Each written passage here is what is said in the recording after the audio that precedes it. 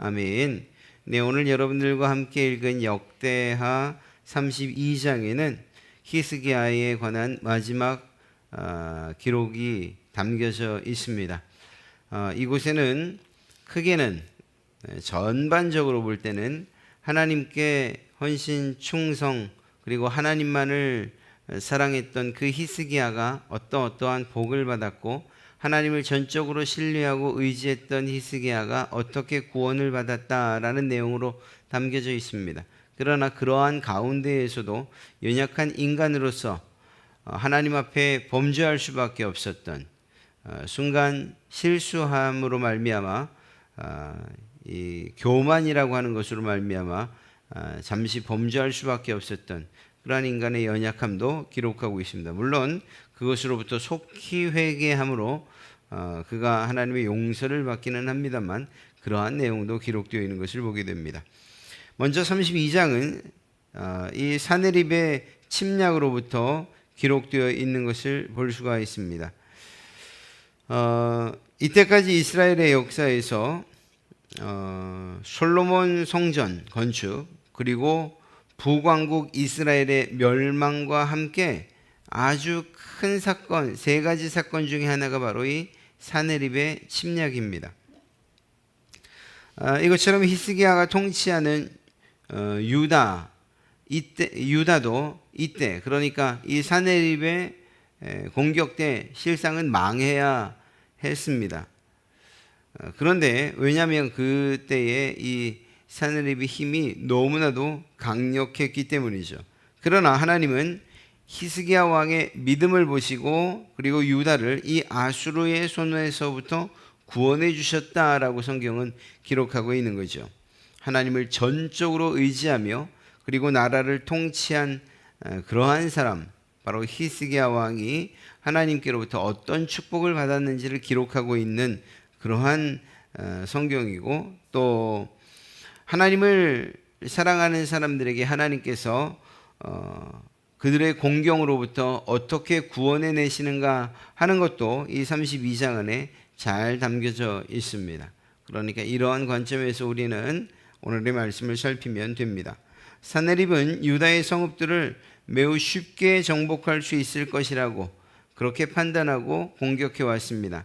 그런데 이러한 아수르 왕의 생각처럼 유다가 맥없이 넘어지질 않지요. 오히려 히스기야가 승리를 하게 되는, 남유다가 승리를 하게 되는 그러한 놀라운 일이 일어나게 됩니다.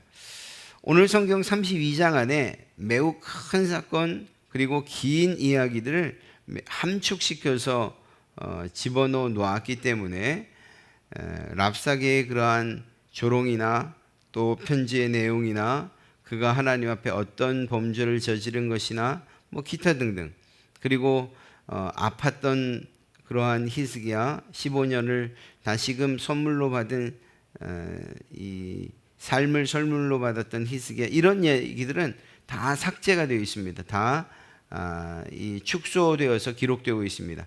그래서 이야기의 전개가 굉장히 빠르죠.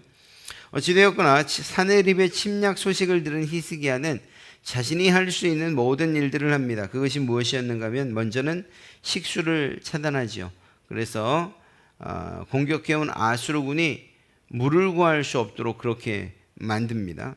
또 예루살렘을 요새화하고 또 무기를 더 만들지요. 무너진 성벽 쌓고, 망대도 쌓고, 바깥에 외성도 쌓고, 또 더 나가서 자신이 가지고 있는 이러한 그 여러 성들을, 그리고 그것들을 더 견고하게, 그리고 전투에 알맞게 그렇게 강화시킵니다. 창과 방패도 더 많이 만들죠. 또한 싸울 수 있는 사람들을 모아서 군대에 편입시킵니다. 이렇듯이 이 히스기야는 자신이 할 수 있는 일들을 다 합니다. 그때에 이 사네립, 그리고 그 랍사게가 와서 이스라엘과 또 히스기야를 조롱하며 이야기하죠. 결론은 한 가지예요. 그가 하는 이야기는, 너희의 하나님이 우리의 손에서 너희를 구할 수 있겠냐, 이렇게 이야기합니다. 너희가 무엇을 의뢰하느냐? 여호와는 결코 너희를 구원하실 수 없다. 이것이 이 사내립이 전하고자 하는 이야기의 전부였습니다. 이것은 이스라엘과 히스기야를 향하여서 이 전쟁 선포를 한 것 같지만, 그러나 사실은 하나님께서 이 말을 당신에게 하시는 말로 받으셨습니다. 이 세상의 그 어떤 신들, 그 거짓 신들이 하나님을 어떻게 이길 수 있겠습니까? 그런데 그러한 인간에 불과한, 인간이 만든 신에 불과한 자들을 믿으며 하나님에게 감히 도전장을 내민 것이죠. 이러한 전쟁 선포를 하나님께서 들으시고 하나님께서 대신 나가 싸우신 것입니다. 그런데 여기에서 이 사내립이 이스라엘을 향해서 했던 이야기, 여호와는 결코 자기 백성을 구원할 수 없다. 그러니 너희가 무엇을 의뢰할 것이냐, 선택하라고 하는 이 메시지는 오늘날 모든 성도들에게도 동일하게 선포되어지는, 아니 우리를 향해서 공격적으로 전달되어지는 그러한 메시지입니다. 오늘날 사탄도, 그리고 세상도, 그리고 믿지 않는 사람들도 우리 믿는 사람들을 향해서 이야기하는 거예요. 무엇이라고 말합니까? 하나님은 결코 자기의 백성, 당신을 구원하지 못한다. 그러니 하나님 의지하지 말고 돈을 의지해라. 사람을 의지해라. 또 혹은 사람이 만든 그 어떤 것들을 의지해라. 세상의 지식들을 의지하라고, 또는 친구들을 의지하라 등등, 우리가 마땅히 의지해서는 안 되는 것들의 목록들을 이야기하며 하나님을 버리라고 이야기하죠. 이러한 세상의 도전은 지금까지 앞으로도 계속 되어질 것이라는 것입니다. 그때에 우리가 무슨 대답을 해야 하는가, 히스기야를 통해서 배울 수 있는 것이죠. 이러한 아수르 사람들의 망언과 협박에 대해서 히스기야가 했던 것은 단 한 가지입니다. 하나님께로 나가 기도합니다. 놀랍게도 하나님은 그 기도를 들으셨고 한 천사를 보내서 아수르 군대의 모든 용사와 지휘관들을 다 죽이시죠. 열왕기서에서는 이때 5만 명이나 되는 15,000명이나 되는 사람들을 죽였다, 이렇게 이야기하고 있습니다. 사내립은 결국 이 일로 말미암아 이스라엘에서는 패배하고 돌아가서는 암살을 당하게 됩니다. 하나님께서 이기신 것이죠.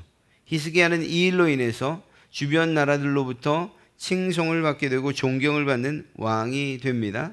그리고 옛날 솔로몬의 때와 같이 힘 있는 나라로서 주변국들에 알려지게 되죠. 이것이 오늘 성경에서 말하는 주제는 무엇인가 하면, 하나님만을 신뢰하고 의지하고 기도했더니 하나님께서 그를 세우셨다, 하나님을 잘 믿은 결과다라고 이렇게 강조하고 있는 것입니다.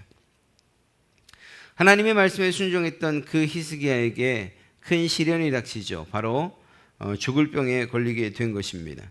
그런데 그 과정은 생략되어 있지만 하나님께 간절히 요청하고 기도했을 때 하나님께서 그의 생명을 15년을 연장시켜 주십니다. 그리고 그것에 대한 놀라운 기적도 보여주십니다. 이때에, 그래서 정말 힘들고 어려운 상황으로부터 다시금 구원받았을 이때에 히스기야가 교만해졌다, 성경은 기록하고 있죠. 그래서 받은 은혜에 감사하지도 못했고 결국 그는 교만하게 되어서 하나님께서 보실 때에 그를 징계하지 아니하실 수 없는, 그래서 결국은 왕과 백성이 하나님의 진노 가운데 들어가게 되는, 물론 하나님께서 그를 벌하십니다만 그것이 목적이 아니고 그를 회개시키기 위하심임을 저희는 잘 알 수 있습니다. 그럼에도 불구하고 히스기야는 고통을 당해야 했죠. 사실 우리에게 있어서 가장 좋은 믿음이 무엇이냐라고 묻는다면 그것은 꾸준함입니다. 변함 없음입니다.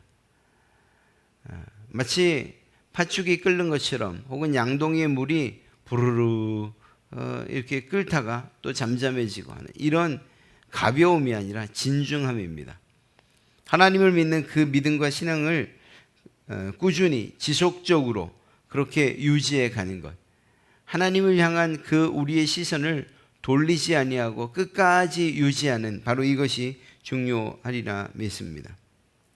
결국 이러한 여러 업적과 그리고 잠깐의 실수와 그것으로부터의 회개 등등, 하나님께서 그와 함께 하셨던 그 모든 인생을 마치고 히스기야도 조상들이 갔던 그 죽음의 길로 가게 됩니다. 놀랍게도 백성들은 그의 죽음을 애도하고 더 나아가서 그의 업적을 높이 평가하며 다윗의 묘실 가운데서도 가장 높은 곳에 장사 지내줍니다.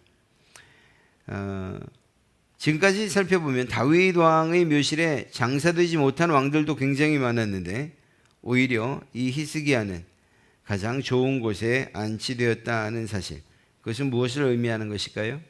하나님을 향한 온전한 믿음을 히스기야가 가지고 살았다라는 것을 백성들도 인정하고 있는 것이고, 비록 죽음 이후이지만 그것이 평가받는 때이다, 이렇게 이야기할 수 있는 거죠.